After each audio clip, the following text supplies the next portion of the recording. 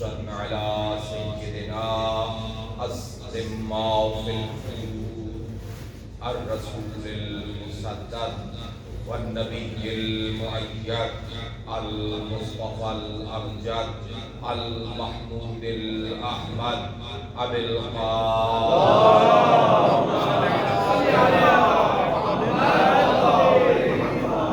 والصلاة والسلام والتحية والإكرام على آله الذين أذهب الله عنهم الرجس وطهرهم تطهيرا.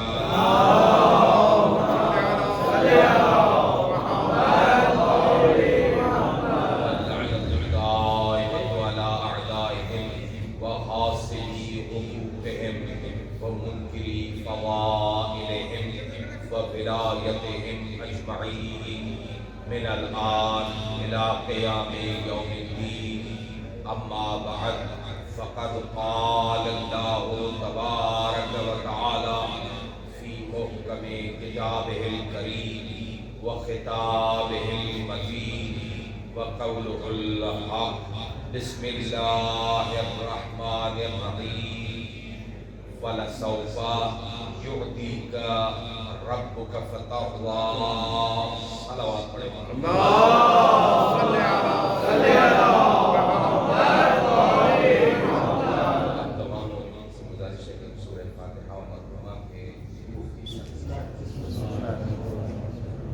بسم اللہ الرحمن الرحیم.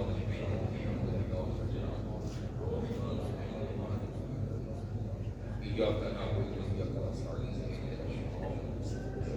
صراط الذين أنعمت عليهم غير المغضوب عليهم ولا الضالين. نظر کرتے ہیں جہاں کا معصوم رسول سے بات ظاہر رہتی ہے، جو بھی ثواب سے بات فرما، ان کے درجات کو عالی و عالی فرما، انہیں جوارح محمد اور آل محمد نصیب فرما. مل کے صلوات پڑھ دیں.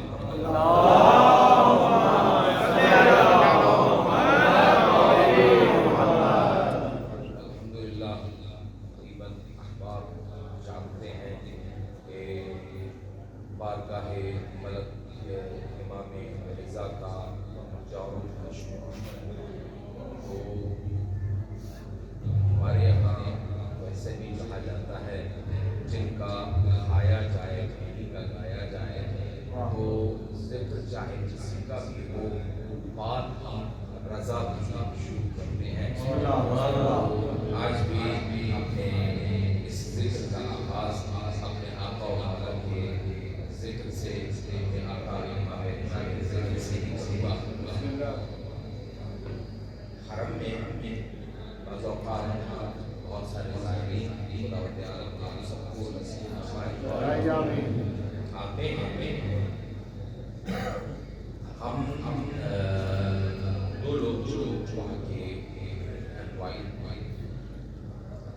جا رہے ہیں، دونوں بے عنوان جنہیں کہا جاتا ہے عالم دین حقیقت طالب علم، جیسے گزر رہے تھے کہیں جو اس مولانا میں احمد تحریری نام تھا، انہوں نے مجھے کہا کہ وہ دیکھو آدمی وضو غلط کر رہا ہے. یہ والد اسلام سے لیتی ہے کہ اگر کسی کو وضو یا کوئی ایسا کام غلط کرتا ہوا دیکھو تو اصلاح کی اچھے طریقے سے ان سے پیش آؤ تاکہ ان کی اصلاح کر سکے.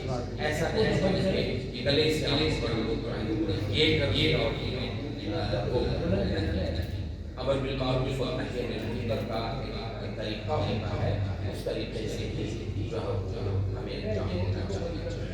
اور کیجیے گا میں اس شخص کے قریب گیا، بہت ہی دلچسپ بات ہے اور آپ کے لیے مفید بارگاہ امام رضا سے لایا ہوں، انشاءاللہ شامل ہو گیا.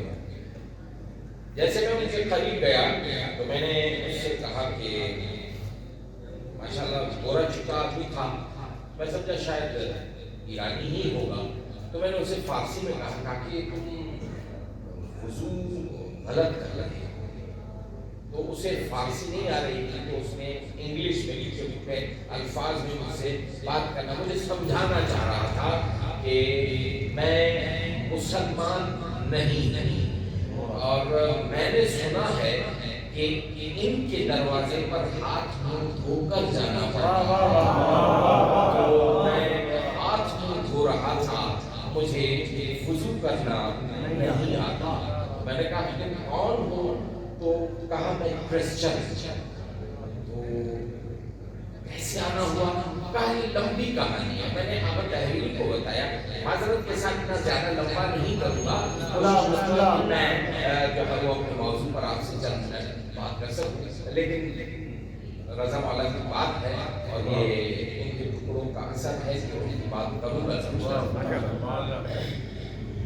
بابا تحریر نے کہا کہ اسے کہو کہ ہمارے پاس لاٹ آف ٹائم, تو ڈونٹ وری, ہم لوگ آپ کے ساتھ بیٹھیں گے, آپ کی باتیں سنیں گے, ہمیں بتاؤ. اسے ہم اپنے آفس میں لے کے آئے. یہ جو ستا خانہ ہے, سونی سبھی جسے ہم لوگ کہتے ہیں نا, اس کے سامنے ہی ہمارا آفس ہے. تو اس میں لے کے آئے. بتاؤ کون, آپ کی بات بتاؤ, آپ کی کہانی سناؤ, تم یہاں پر کیا کرتے ہیں؟ تو اس نے کہا کہ میرا تعلق جو ہے وہ سی اے سے ہے, سی اے کیلیفورنیا. میرا تعلق امریکہ سے, کیلیفورنیا سے, اور کیلیفورنیا کے نزدیک ایک چھوٹا سا علاقہ ہے. وہاں کا جو ایئرپورٹ ہے, اس ایئرپورٹ کا پہ ہوں اور میری ڈیوٹی ہے, میں پائلٹ ہوں. تو میں نے کہا کہ تم یہاں پہ کیا کر رہے ہیں؟ کہا اصل میں مسئلہ یہ ہوا تھا کہ میری بیوی کو برین ٹیومر تو بہت سارے ہوتے ہیں, لیکن اس کے دماغ میں کارسینوما ہے, ٹیومر ہے, کینسر کا ایک نمونہ ہے جو 1000 لوگوں میں کسی ایک کو ہوا کرتا ہے. تو اب مجھ میں اتنی طاقت ہے کہ میں کہیں پہ بھی اس کا علاج کروا سکتا تھا, لیکن بڑا پریشان تھا کیونکہ مجھے ڈاکٹر سے بتایا کہ اس کے پاس اب 6 مہینے سے زیادہ ٹائم نہیں ہے, تو اپنی زندگی جی لے, اسے اپنی زندگی جینے دو. میں بڑا پریشان تھا, ظاہر ہے کہ زندگی کا ساتھی ہے کچھ بھی ہو. تو میں اس کیفیت میں جیسے ہی ایئرپورٹ پہ پہنچا, تو پورٹلینڈ ایئرپورٹ کا نام ہے, کہا کہ میں جیسے پورٹلینڈ پہ پہنچا تو ہمارے اس اسٹیشن مینیجر جو ہے, ایسے اسے کہتے ہیں, وہ جو تھا وہ ایک عرب تھا, اس کا نام حماد تھا, اور وہ بائی برتھ تو یو ایس کا تھا, لیکن اصالتاً وہ عرب تھا اور یمن کا رہنے والا تھا. وہ گزرتے اس نے مجھے میرا نام دیا ہوگا یا کچھ بھی کیا ہوگا, لیکن میں اس پریشانی سے مبتلا تھا کہ میری بیوی کا کیا ہوگا, اور وہ بیچاری میرے چھوٹے چھوٹے بچے ہیں, کیا ہوگا. تو وہ آگے جا کے پھر واپس پڑھتا, مجھے پکار کے کہتا ہے کہ کیا بات ہے, پریشان کیوں ہو, میری آفس میں آؤ. تو جیسے ہی میں اس کے آفس میں پہنچا تو میں نے ساری کہانی اسے بتائی. وہ مجھ سے باتیں بھی کر رہا تھا اور کمپیوٹر میں وہ لسٹ بھی دیکھ رہا تھا کہ ٹریفک کیا ہے, اگلے ویک کی ٹریفک کیا ہے, کیا شیڈول ہے, اور کیا جو ہے وہ کیجول ہے. تو وہ ساری کہانی دیکھنے کے بعد مجھے کہتا ہے ایک کام کا, اگلے ہفتے تمہاری ایک فلائٹ باکو کی ہے.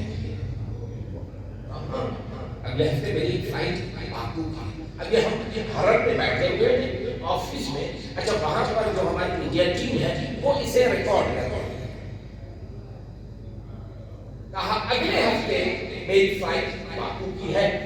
کہا دیکھو ہم تمہارا تھوڑا سا پیریڈ بڑھا دیتے ہیں, تم ایک کام کرو, تبریز سے پہلے تم مشہد شہر آئے گا, اس کو ایک راؤنڈ لگا. وہ مشہد شہر کیا ہوتا ہے, کا ایک چھوٹا سا شہر ہے. اس کی نشانی یہ ہے کہ جب تم نیچے دیکھو گے تو ایک روشنی ہے جو نیچے سے اوپر جا رہی ہے. یہ وہ ہمارا جو وہاں کا ٹریفک کا جو ہے وہ انچارج تھا ایئرپورٹ کا, وہ اس بتا. اچھا, تو جیسے ہی کہتا ہے کہ میں پھر تم وہاں جیسے اس جگہ سے گزرو تو صرف اتنا کہہ دینا کہ رضا مولا آپ کو حماد نے سلام کہے ہیں, میری بیوی بیمار ہے. میں نے سنا ہے کہ آپ بیماروں کو بہت جلد شفا دیتے ہیں، ٹھیک ہے؟ قرآن کو لکھا ہے کہ فیہ شفاء و رحمہ، یہ قرآن شفا دیتا ہے اور رحمتیں بھی دیتا ہے۔ کمال ہے، گونگا رحمتیں اور شفائیں دے سکتا ہے تو بولنے والا قرآن شفا نہیں دے سکتا۔ کنفیوژن نہیں ہونی چاہیے جو میں بات کر رہا ہوں، ٹھیک ہے؟ تو یہ کہتا ہے کہ میں جب ایران میں انٹر ہوا تو میں نے تبریز کی طرف رخ کرنے سے پہلے، یہ آسٹریا سے اپنا روٹ مجھے بتایا کہ ہم لوگ آسٹریا آتے ہیں، پھر ترکی آتے ہیں، ترکی سے تبریز آتے ہیں، تبریز سے پھر لوگ باکو کی طرف چلے جاتے ہیں۔ تو ہم لوگ، میں نے اپنا جو نیویگیٹر تھا وہ مشہد سٹی کا لگایا، وہاں کا راؤنڈ دینے کے لیے، گھبرا تو نہیں ہے آپ لوگ؟ آستانے قدس میں بیٹھ کر آستانے قدس کے مالک کی بات سننے کا لطف بھی کچھ اور ہوتا ہے۔ تو کہتا ہے کہ میں نے نیویگیٹر پہ رکھ دیا تھا کہ مجھے اس جہاں وہ ڈیسٹینیشن پہ جانا ہے، تو میں جیسے ہی قریب پہنچا تو جو حماد نے کہا تھا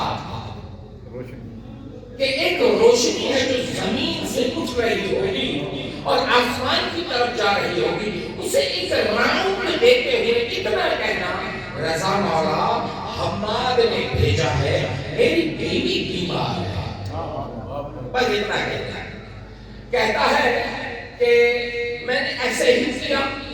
جیسے ہی میں باکو پہنچا تو مجھے وہاں کے جو ایئر ٹریفک مارشل جو تھا اس نے مجھے میرا نام لے کے بلایا کہ تمہاری کال ہے سی اے سے، تو پلیز اسے اٹیک کر دو۔ میں جیسے ہی پہنچا تو میری بیوی کی کال تھی، تھوڑا سا سنیے گا انشاءاللہ معذرت کے ساتھ۔ وہ کہتا ہے کہ میری بیوی نے مجھے کال کی تھی اور کہا کہ تو کہاں پہ ہے؟ کہا کہ میں تو باکو میں ہوں۔ کہا نہیں، تو 2 گھنٹے پہلے کہاں تھا؟ 2 گھنٹے پہلے کہاں تھا؟ کہا میں تھوڑا سا روٹ چینج کیا تھا، میں ایک شہر سے گزرا ہوں۔ کیوں، کیا بات ہے؟ کہا 2 گھنٹے، ٹھیک 2 گھنٹے پہلے میرے گھر کا دروازے کی بیل بجی، میں نے دروازہ ریموٹ سے کھولا، اندر ایک شخص آیا، اس نے کہا کہ مجھے حماد نے بھیجا ہے، تمہارے شوہر نے مجھے تمہاری اپلیکیشن دی تھی، میں آیا ہوں۔ بس وہ آئے اندر، انہوں نے میرے سر پہ ہاتھ پھیرا، مجھے اب کچھ نہیں ہے، میں اٹھ بھی سکتی ہوں، بیٹھ بھی سکتی ہوں۔ باکو میں اس نے، وہ کہتا ہے میں نے باکو میں فلائٹ چھوڑ دی، میں نے اپنے دوسرے ساتھی کے ریسپانسبلٹی بڑھا دی، اس کے ذمہ کر دی، کہا مجھے یہیں سے ایران واپس جانا ہے، لیکن مجھے کچھ معلومات ایران کے لیے چاہیے۔ کہتا ہے مجھے کسی عالم دین، کسی شخص نے سمجھایا کہ جب وہاں جاؤ تو اپنا ہاتھ دھونا، منہ دھونا، اور اب میں یہاں پہ پہنچا ہوں۔ میں رات میں بھی آیا تھا لیکن آپ لوگ نظر نہیں آئے، میں رات میں بھی آیا تھا، ایسے الٹے سیدھے ہاتھ منہ دھوئے، اور میں اس جو اندر جو سلور کی کچھ چیز بنی ہوئی ہے اس اس کے سامنے بیٹھ گیا اور میں تھینک یو کر رہا تھا۔ یہ کرتے کرتے مجھے نیند آ گئی، اور نیند آتے ہی مجھے ایک نظارہ میرے سامنے آیا، ایک شخص کھڑکی کھول کر اسی جالی سے باہر آتا ہے اور مجھے کہتا ہے دیکھو حماد کو ہمارا سلام کہنا اور حماد سے کہنا ایسے بیمار ہماری طرف بھیجا گیا۔ کریمی ایسی ہے کہ ویسے بھی دیکھا جائے تو یہ وہ گھرانہ ہے جہاں پہ اپنوں سے پہلے غیروں کو ملتا ہے۔ اب اسے کسی نے پوچھا تھا ایسا کیوں ہے، تو میں نے کہا تھا بھائی ہمیں لاٹھیاں مار کر بھی بھگا دیا جائے تو ہم گھوم پھر کے پھر نہیں آئیں گے۔ اب غیروں کا کام جلدی اس لیے ہوتا ہے کہ کہیں باہر جا کے تانا نہ دے مجھے زہرا کے بیٹے نے کیا۔ مل کے ایک صلوات پڑھ لیں۔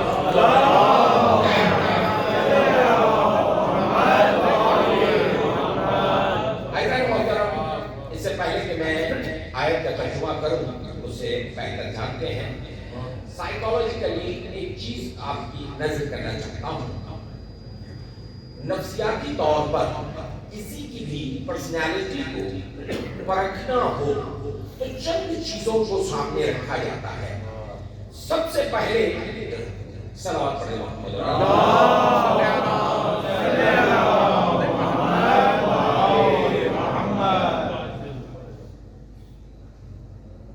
چند چیزوں کو ملحوظ خاطر رکھا جاتا ہے کسی کی بھی پرسنالٹی کو دیکھنے کے لیے کہ یہ کیسی شخصیت ہے.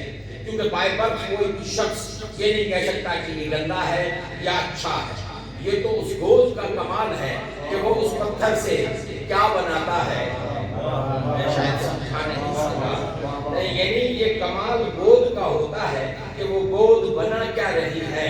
کسی گود سے ابو جہل نکلتا ہے تو کسی گود سے محمد نکلتا ہے. اس گود کا کمال ہوتا ہے کہ وہ اسے کس سانچے میں اور ڈھانچے میں ڈھال دیتی ہے. تو بائی برتھ کسی کا بھی کمال نہیں ہے کیونکہ یہ تو خدا نے کہہ دیا ہے واللہ اخرجکم من بطون امہاتکم لا تعلمون شیئا. جب تمہیں ہم ماں کے پیٹ سے نکال رہے تھے تو تمہاری کوئی اوقات نسان تو تھی نہیں. جاہل کے جاہل تھے. تو کسی کی بھی پرسنالٹی کو دیکھنے کے لیے چند چیزوں کو سامنے رکھا جاتا ہے.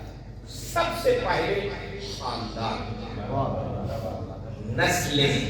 میرے سامنے بہت سارے ایسے افراد بیٹھے ہوئے ہیں, میں چہرے پہچانتا ہوں, میرے محسن بھائی ہیں.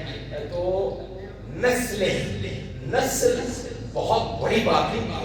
اصل کو دیکھنے کے لیے نسل کی ضرورت ہے. ٹھیک ہے, یہ نسلیں گھوڑوں میں بھی پائی جاتی ہیں, بھینسوں میں بھی پائی جاتی ہیں. معذرت کے ساتھ بہت مقدس جگہ پر بیٹھا ہوں لیکن کتوں میں بھی نسلیں پائی جاتی ہیں. اللہ کرے واضح کر جاؤں, بہت ہی پولائٹلی چلوں گا لیکن کوشش کروں گا کہ اپنا پیغام آپ تک پہنچا سکوں. کسی کی بھی اصل کو پہچاننا ہے تو سب سے پہلے اس کی نسل کو پہچانے. ہماری سندھ میں کہاوت ہے اگر کہچی نامی نبھاگی ہے. میری بات واضح ہو رہی ہے. تو کہنے کا مقصد یہ ہے کہ نسلیں بہت بڑی بات ہے. میں جناب زینب عالیہ کا ایک جملہ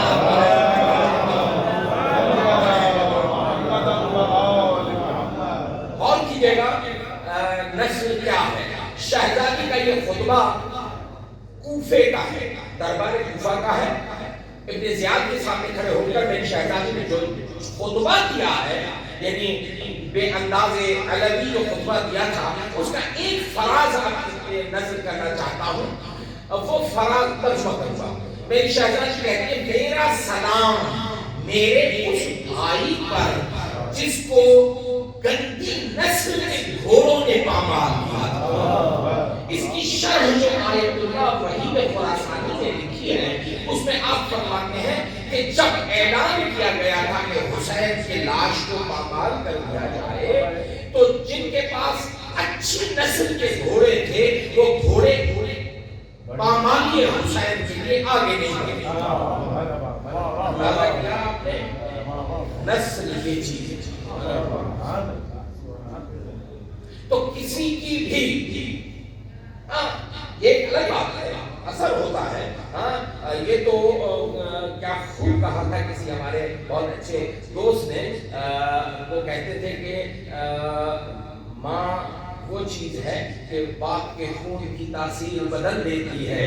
تو کہیں پہ ایسا ہے, کہیں ماں کا چکر ہے, کہیں باپ, نام نہیں لوں گا, کہیں باپ کا چکر ہے, کہیں ماں کا چکر ہے. بچوں پر اثر ہو جاتا ہے.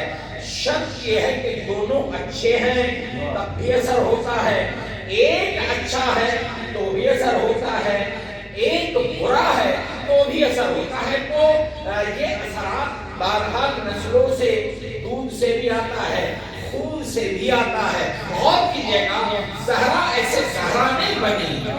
میں جو بات کرنے جا رہا ہوں جس کے لیے مقدمہ بنا رہا ہوں, غور کیجیے گا کہیں پہ باپ اچھا ماں بری تو کنعان نکل پڑتا ہے.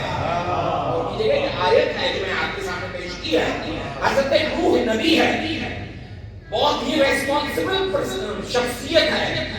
کوئی معصوم نبی اپنی ذمہ داری میں کوتاہی نہیں کر سکتا. حضرت نوح نبی نے بیٹے کی تربیت میں کوئی کوتاہی کی ہوگی؟ نہیں کی ہوگی، لیکن پھر یہ بگڑا کیوں؟ ماں خراب، اور اس ماں کی طرف قرآن نے اشارہ کیا ہے، ضرب اللہ للذین کفروا امرأۃ نوح و امرأۃ لوط، ماں خراب، تو کہیں ماں خراب، بیٹا باپ اچھا اولاد پر اثر ہوتا ہے، اور کہیں ماں اچھی، نام نہیں، ماں اچھی باپ خراب، تو پھر بھی اثر ہوتا ہے، ٹھیک ہے، لیکن ماں کا بڑا گہرا اثر ہے، وہاں پر بھی ماں کا اثر ہوا، وہاں پہ بھی ماں کا اثر تھا کہ بیٹا جہنمی بن گیا، یہاں پر بھی ماں کا اثر ہے کہ بیٹا ایسا بن گیا کہ علی کو بیٹا کہنا پڑا، ایسا ہی بات کہنا، ایسا ہی بات کہنی ہے، جو فرمایا آپ نے، سارا کمال ان رشتوں کا ہے۔ میں نے اس کیا نا میرے دوست نے کیا خود کہا ہے کہ باپ کے خون کی تاثیر بدل دیتی ہے، ہاں، تو یہ ماں کا کمال ہے۔ تو اصل کا مقصد یہ ہے کہ اصلوں کو دیکھنے کے لیے نسلوں کی ضرورت ہے، یہ پہلی شرط ہے کسی کی بھی شخصیت کو پہچاننے کے لیے۔ ہمارے یہاں ہوا کرتا تھا اور آج بھی الحمدللہ ہے، اگر نہیں ہے تو ہونا چاہیے، کسی کے ساتھ رشتہ داری کرنے کے لیے اب اسے چھان بین کا نام دیا جاتا ہے نا، یہاں ہے، اب اسے چھان بین کا نام دیا جاتا ہے، ورنہ اس زمانے میں شجرے لے آیا کرتے تھے اور سامنے رکھتے تھے اور دیکھتے ہوئے کہ یہ کہاں سے چلا ہے اور کہاں پہ کھویا، ٹھیک ہے۔ تو کہنے کا مقصد یہ ہے کہ یہ چیز لازم ہے، یہ پہلی شرط کسی کی شخصیت کو پہچاننے کی۔ دوسری شرط ہے ماحول، وہ پلا کس ماحول میں ہے۔ دیکھیں ہم باپ اچھا ماں اچھی، لیکن پھر بھی بچے پر برا اثر پڑا، یہ تربیت کے پہلو ہیں جن میں ہمیں یہ چیزیں ملتی ہیں کہ ماحول، معاشرہ اور مجمع یہ بہت زیادہ اثر کرتا ہے کسی کی بھی شخصیت پر۔ مولا امین کا ایک جملہ ہے، صلوات پڑھتے ہیں،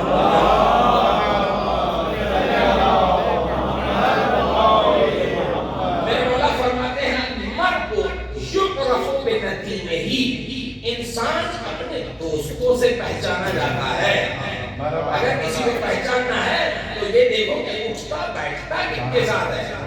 بھائی اگر آپ پرفیوم کی دکان میں جاؤ گے تو خوشبو آئے گی، اور اگر کہیں اور جاؤ گے تو وہی آئے گی، سمجھ میں آ گئی نا بات؟ اور کہنے کا مقصد یہ ہے کہ یہ دوسرا پہلو ہے، یہ دوسرا پہلو ہے کہ معاشرہ وہ پلا بڑھا کہاں پہ ہے، یہ دوسرا کسی بھی شخصیت کو پہچاننے کے لیے کہ پلا بڑھا کہاں ہے، یہ دو۔ اور تیسری شخصیت کو پہچاننے کی شرط یہ ہے، ختم کی، میں آ رہا ہوں، یہ مقدمہ ختم کیا، آ رہا ہوں آیت پر۔ تیسری شرط ہے کسی کی شخصیت کو پہچاننے کے لیے کہ دیکھو اس کا مربی کون ہے، اس کی تربیت کرنے والا کون ہے، کس نے اسے بنایا ہے، کس نے اسے تراشا ہے، ان ہاتھوں کا کمال ہے، یہ دیکھنا پڑتا ہے۔ میں آپ کو تاریخ کے بہت ساری ایسی ایگزامپلز اور مثالیں ملتی ہیں۔ ابو جہل کتنا بڑا دشمن اسلام و دشمن ختمی مرتبہ گزرا ہے، لیکن اسی کا بیٹا میرے مولا کے پاس آ رہا ہے، مولا اٹھ کے اس کا استقبال کر رہے ہیں، پتا چلا کہ اس کی تربیت عمار نے کی تھی، مربی اچھا تھا، استاد اچھا تھا، ٹیوٹر اچھا تھا،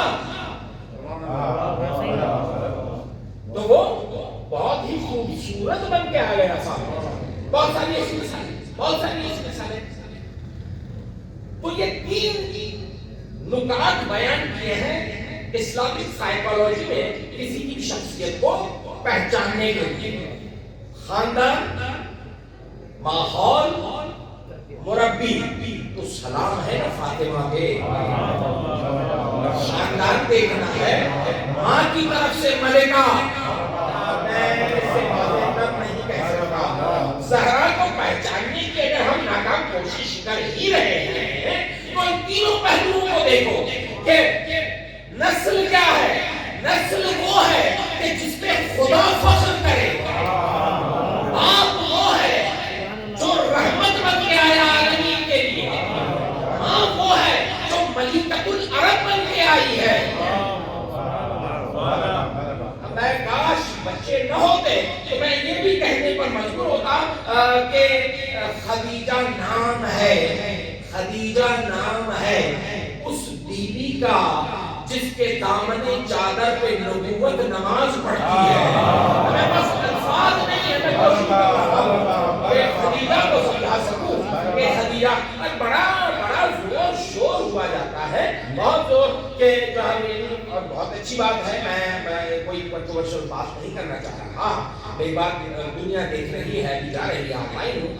مقصد کہنے کا یہ ہے کہ بہت زور دیا جاتا ہے کہ حضور کے جو ازواج رسول، اصحاب رسول، اولاد رسول، یہ اچھی بات ہے۔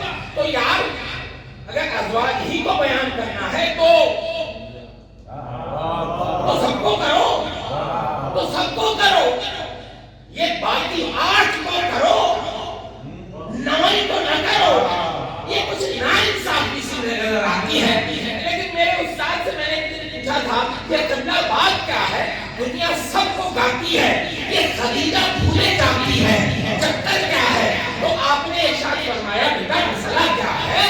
یاد رکھنا اگر دنیا خدیجہ کو گائے گی تو یہ بھی بتانا پڑے گا کہ نکاح کس نے پڑھا تھا، یہ بھی بتانا پڑے گا کہ جہیز کس نے دیا تھا، یہ بھی بتانا پڑے گا کہ ڈولی کس نے اٹھائی تھی، وہ تو پھر ابھی تعلیم جانا پڑے گا۔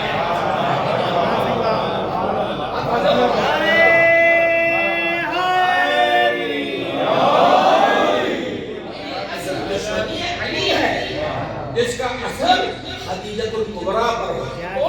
خاندان دیکھنا ہے تو زہرا کا خاندان دیکھو، جس کے باپ کے چلنے پہ آیتیں اتریں، جس کے سونے پہ آیتیں اتریں، جس کے بولنے پہ آیتیں اتریں، جو دے تو آیت، لے تو آیت، کہہ دیا میں نے سب کچھ کہہ دیا، جو دے تو آیت، جو لے تو آیت، اب جو دے دیا تھا نا، کئی مرتبہ دیا تھا، اب کہیں پہ چند کو دیا، کہیں پہ لاکھوں کو دیا، اب یہ تو اپنے اپنے ظرف کی بات ہے، کہیں ظرف میں علی سمایا، کہیں ظرف میں علی نہیں سمایا۔ اب ہمیں میرے دوستوں تو دے تو آیت، لے اما آتاکم الرسول فخذوہ وما نہاکم عنہ، اور کہیں لے، اب لے کو اور خوبصورت کر دوں، لے کو خوبصورت کرنے کا طریقہ یہ ہے اگر محمد دے تو آیت، محمد مانگے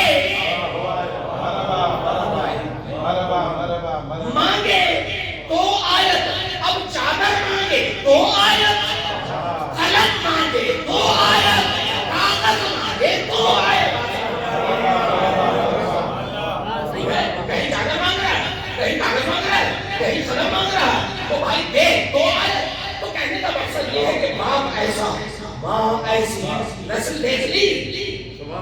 دوسرے پہلو میں آتے ہیں، اب دوسرا پہلو ماحول، جس کے دروازے پہ جبرائیل کھڑے ہو کے کہے السلام علیکم یا معدن الرسالہ، میرا سلام اس گھرانے پہ، اس گھرانے پہ جہاں پر نبوتیں پالی جاتی ہیں، جہاں ولایتیں پالی جاتی ہیں، ارے جس کی گود میں امامتیں پلیں، اس کا ماحول جہاں عظیم ہے کہ جہاں جھولے جھلانے والے،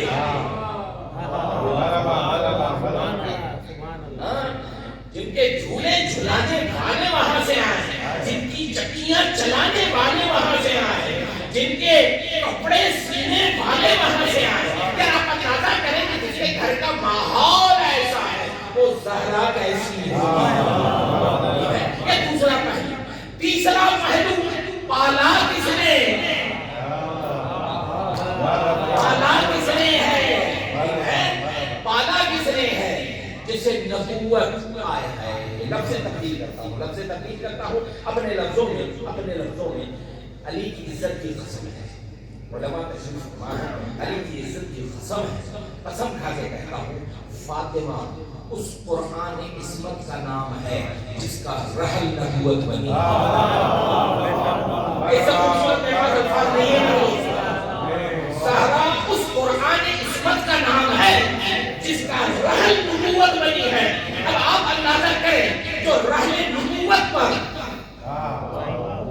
جو آغوش رسالت میں بیٹھ کر تربیت حاصل کرے اسے فاطمہ الزہرا.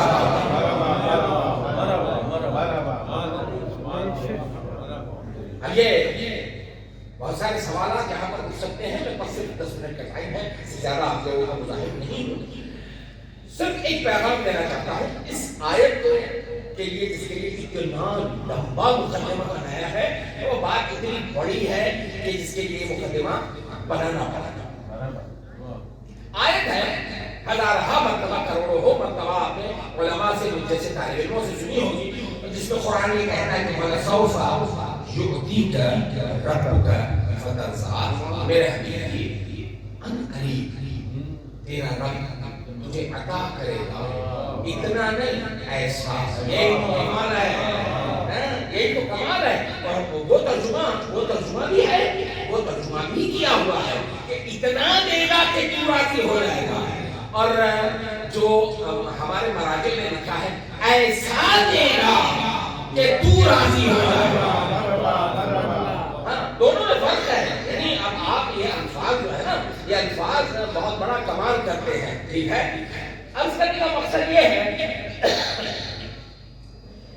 کہ اللہ کہہ رہا ہے کہ قریب تجھے ایسا کچھ لینے والا ہے کہ تو ہم سے راضی ہو جائے گا. میں یہاں پر 9 سے 11 آیتیں کوڈ کرنا چاہتا ہوں. اگر آپ کے ذہن اور آپ کے ذہن میرا ساتھ دیں تو میں کوشش کرتا ہوں کہ الفاظ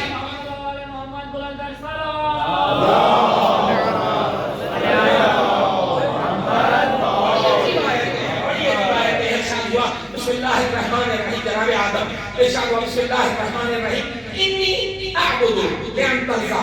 میرے حبیب میں تیری عبادت کرتا ہوں, میرے مالک میں تیری عبادت کرتا ہوں اس لیے کہ تو مجھ سے راضی ہو جائے. لیکن آپ اسے اندازہ کریں. میں آپ سے پوچھنا چاہتا ہوں, میری روح سے اپنے آپ سے اور آپ سے پوچھنا چاہتا ہوں, اور وہ یہ ہے کہ نماز بھی پڑھتے ہو اللہ راضی ہو. اچھا کام کیوں کرتے ہیں اللہ راضی ہو جائے. سیلفی کے لیے بھی الگ ہوتا ہے, وہ بھی ہوتا ہے. لیکن ایک لڑکا ہینڈ پمپ دیتے 25 پیچھے کھڑے ہو جاتے ہیں سیلفی دینے کے لیے. جو لے رہا ہوتا ہے وہ شرم کے مارے مر جاتا ہے. ایسا نہیں ہے. تو ہم ٹھہرے آدمی. ٹھیک ہے, آدم سے آدمی تک کی خواہش یہ ہے کہ اللہ راضی ہو جائے. جناب آدم نے کیا کہا تھا, میں تیری عبادت کر رہا ہوں تاکہ تو مجھ سے راضی ہو جائے. ٹھیک ہے, اور آدمی کیا کہتا ہے, نماز پڑھتا ہوں تاکہ تو راضی ہو جائے. قربتاً اللہ. روزہ رکھتا ہوں قربتاً اللہ. حج کرتا ہوں قربتاً اللہ. زکات دیتا ہوں قربتاً اللہ. خمس دیتا ہوں قربتاً اللہ. اولاد کی تربیت کرتا ہوں قربتاً اللہ. بیوی کا احترام کرتا ہوں قربتاً اللہ. یعنی سب ہے کیا اللہ راضی ہوگا. بیٹے کو مسکرا کر دیکھا کیوں اللہ راضی ہو جائے. بیٹے کو ڈانٹا اس کی تربیت کے لیے کیوں اللہ راضی ہو جائے. جو ہے نا اس کو کہیں ہنسنا بگاڑتا ہے, کہیں ڈانٹنا بناتا ہے. یہ بچے جو بڑے ہیں نا اس بات کو سمجھیں گے. اب بچے کیا سمجھیں گے, تو ابھی ان کو یہ باتیں خراب لگیں گی. آپ نے ڈانٹا. کہنے کا مقصد یہ ہے کہ دیکھیے گا آدم سے آدمی تک کی خواہش یہ ہے کہ اللہ راضی ہو. پھر سنیے, یہ الفاظ ہے سورۃ قصص کے. جناب نوح کیا کہتا ہے, انی اناجی کا, میرے اللہ میں نے تمہاری طرف پناہ لی ہے. کیوں لی ہے, لئن ترضیٰ, تاکہ تو مجھ سے راضی ہو جائے. آدم کی خواہش کیا ہے؟ اللہ راضی ہو جائے. آدمی کی خواہش کیا ہے؟ اللہ راضی ہو جائے. جناب روح کی دعا کیا ہے؟ اللہ راضی ہو جائے. حضرت موسیٰ کاٹھی لے کے جا رہے ہیں. کیوں؟ نجات دینی ہے. اتنی منادی بہن مالک میں اس قوم کو نجات دینا چاہتا ہوں لیکن ترزا تاکہ تو راضی ہو جائے. کمال ہے، کمال ہے. یعنی سب کا ہم و غم یہ ہے، سب کی خواہش یہ ہے کہ اللہ راضی ہو جائے. پھر سنیے اب جناب ابراہیم کو جیسے ہی اڑایا منجنیق میں ڈال کر، منجنیق میں ڈال کر جیسے اڑایا، اب اڑتے اڑتے وہ جو نوکر تھا نا، وہ نوکر سے برداشت نہیں ہوا. آپ نے دیکھا ہوگا جن کے ہاتھوں میں پلے ہیں نا، وہ بیچارے جو دروازے پہ زندگیاں جن کی گزر جاتی ہیں، ان کو انہوں کے سیک کی ہوئی. ٹھیک ہے، تو وہ آگے بڑھا. کمال ہے جو پالتا ہے. میں پوری کہہ گیا ہوں. کمال ہے. کہا کہ جبرائیل کو اتنا کیوں خیال آیا ابراہیم کے جلنے اور نہ جلنے کا.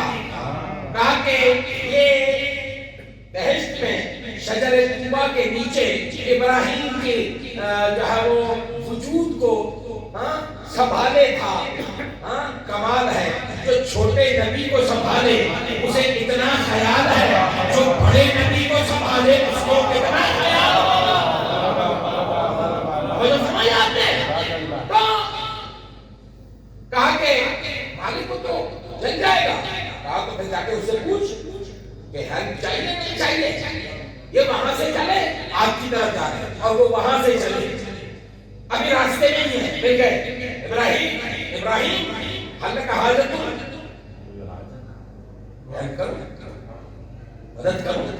کمال ہے، کمال ہے. یہ جناب ابراہیم کے جملے ہیں قرآن کے بھی، اور قرآن نے یہ اس آیت کے جملے کو کوڈ کر دیا جو جبرائیل نے کہا تھا اور جناب ابراہیم نے جواب دیا. اور یہ پیغام ہے، سنیے گا، میں آگے جا کے بات کو ختم کرنے جا رہا ہوں. اللہ کا حاضر مدد چاہیے. اما نہیں کا بلا مدد تو چاہیے لیکن نوکروں سے کون لیتا ہے؟ مالکوں سے لیں گے. بھائی سارا کیس یہ کر دیا ہے جناب ابراہیم نے. یہی سمجھانا چاہتے ہیں ہم. 1443 سال سے یہی تو سر پھوڑے جا رہے ہیں. نوکروں سے کچھ نہیں ملے گا، کچھ چاہیے تو جا کے مالکوں سے لے لینا.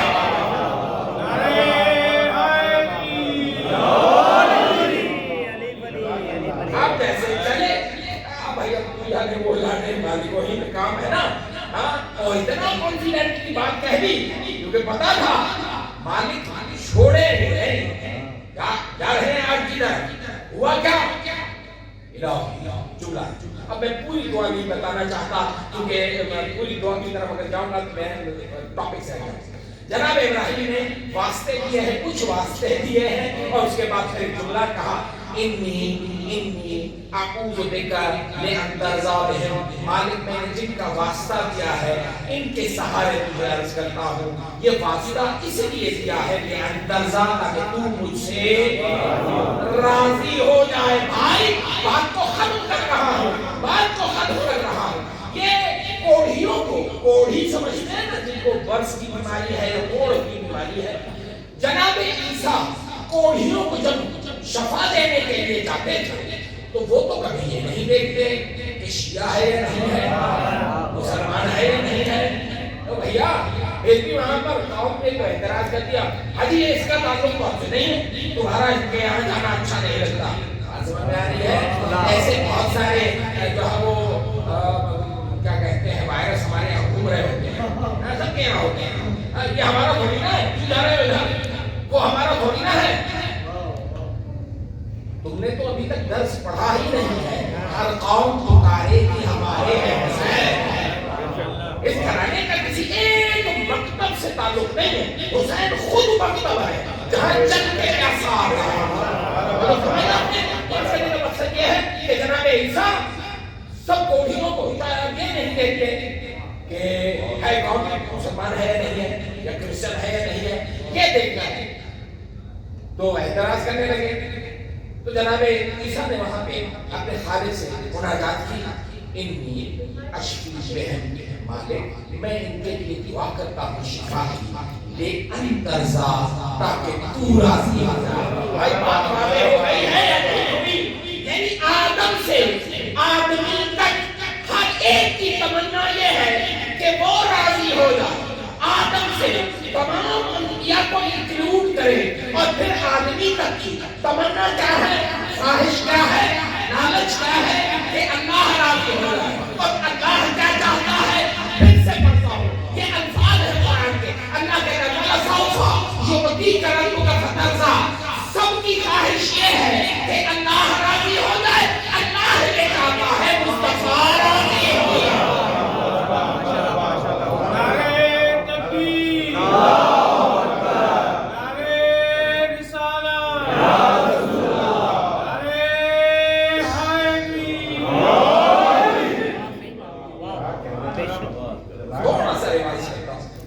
پھر سے ریویژن کرتا ہوں تاکہ میرے بچوں کے ذہنوں میں یہ بات پڑ جائے۔ بزرگان جتنے بھی تشریف فرمائے وہ میری باتوں کو مجھ سے پہلے جانے دیں۔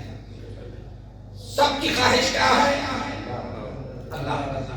بچوں کیجیے گا، پیغام دیکھیے اجازت نہیں ہے، ختم کی میرا تقریر۔ تمام کی خواہش کیا ہے، اللہ راضی ہو جائے۔ اللہ کیا چاہتا ہے، پھر سنیے گا، آدم سے آدمی تک کی خواہش کیا ہے، اللہ راضی ہو جائے۔ اللہ یہ چاہتا ہے مصطفیٰ راضی ہو جائے۔ اب یہ کوئی عام مسجد تو تھی نہیں، مسجد بھی مدینے کی تھی، پڑھانے والا بھی کوئی عام نہیں تھا، مولوی صاحب بھی خود نبی تھے، اور پڑھنے والے بھی کوئی عام نہیں تھے، سب خاص خاص تھے۔ مجمع کھچا کھچ بھرا ہے، وہ نماز پڑھا، پھر سے دوہرا رہا ہے۔ سب کی خواہش یہ ہے کہ اللہ راضی ہو جائے۔ اللہ چاہتا ہے مصطفیٰ راضی ہو جائے۔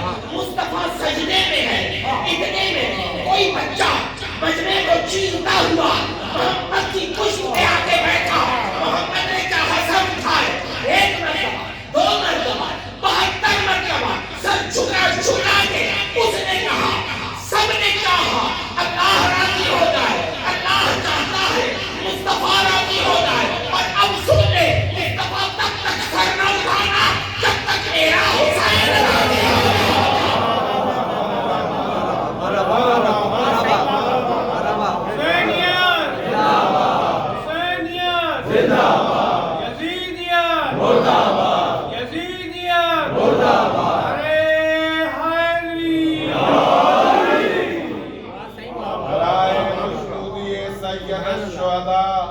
بلند تر صلوات۔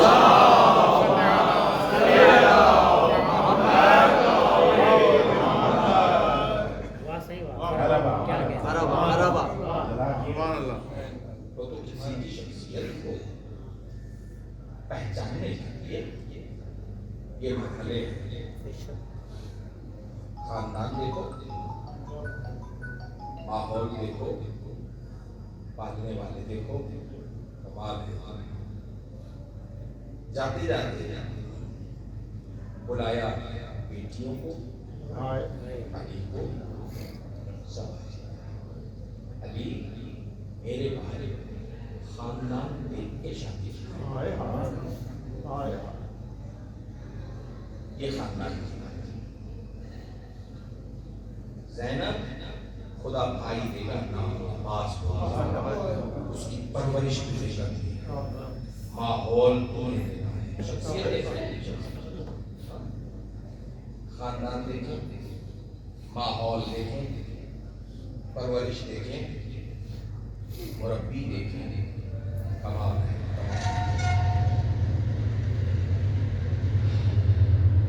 آیت اللہ وحید خراسانی استاد بزرگوار خدا انہیں پورے عمر عنایت فرمائے۔ کچھ علماء بیٹھے ہوئے تھے، درس سے میسج چل رہا تھا، بحث چل رہی تھی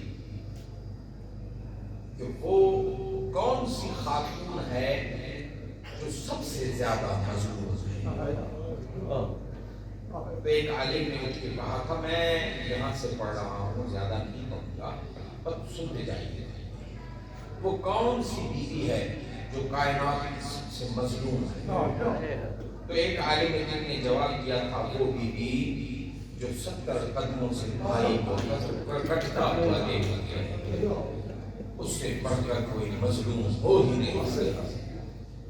کونے میں بیٹھا ایک سید تھا، اٹھا آگے بڑھ کے کہتا ہے بے شک وہ مظلوم ہے جو 70 قدم سے بھائی کو کٹتا ہوا دیکھ رہی تھی، لیکن اس سے زیادہ مظلوم تو وہ بیٹی ہے جو 7 قدموں پر کھڑی دیکھ رہی تھی۔ قاتل جھڑکے بھی دے رہا تھا، جھڑک بھی رہا تھا، ڈانٹ بھی رہا تھا، دھکے بھی دے رہا تھا، اور 7 قدموں سے باپ کے قاتل کو دیکھتی رہی، ظلم کرتا ہوا۔ آغا صاحب تھوڑی دیر میں وارد ہوئے، درس شروع ہونے سے پہلے کہا بھائی کیوں مولوی صاحبان لڑ رہے ہو، بات کیا ہے؟ تو آغا صاحب کو بتایا گیا کہ ہماری آپ کے آنے سے پہلے فرصت تھی تو ہم نے سوچا کچھ ذکر ہو جائے۔ ہم نے بحث یہ کی تھی کہ کائنات کی مظلوم ترین عورت کون ہے، تو انہوں نے کہا کہ وہ ہے جو 70 قدم سے دیکھتی رہی، انہوں نے کہا کہ وہ ہے جو 7 قدموں سے دیکھتی رہی۔ آغا صاحب امامہ اتار کر کہتے ہیں کائنات کی سب سے مظلوم بیویاں ہیں وہ بھی جو 70 قدم سے دیکھتی رہی، اور وہ جو 7 قدم پہ کھڑی دیکھتی رہی، لیکن ان سب سے مظلوم وہ ماں ہے جس نے جھولی میں حسین شہید ہونے کو دیکھا، وہ زہرا جس نے چکیاں پال کر حسین کو کھڑا کیا تھا، یہ وہ بیوی ہے۔ اداکاران امام ایام فاطمیہ ہے۔ میں ایک جملہ کہہ کے آپ سے اجازت دوں گا، غریب اتنی ہے، میں بات آئی ہے تو ایک جملہ سن کے جائیں۔ ایک شخص ہمیشہ امام حسن کے پیچھے پیچھے آگے نماز پڑھا کرتا تھا، وہ دوسرے محلے میں رہتا تھا، نماز کے وقت دیکھتا تھا حسن مولا کے گھر کے سامنے جو گلی جاتی ہے اس گلی کے آخر پر مسجد نبوی ہوتی تھی، لیکن میرے مولا کبھی اس گلی میں نہیں جاتے تھے۔ تو کہتا ہے میں نے ایک دن نماز کے بعد حسن مولا سے پوچھا مولا یہ آپ گھوم کر جاتے ہیں، سیدھے سیدھے مسجد کو گلی آتی ہے؟ تو میرے امام نے کہا یہ سوال نہ کرتے تو اچھا تھا۔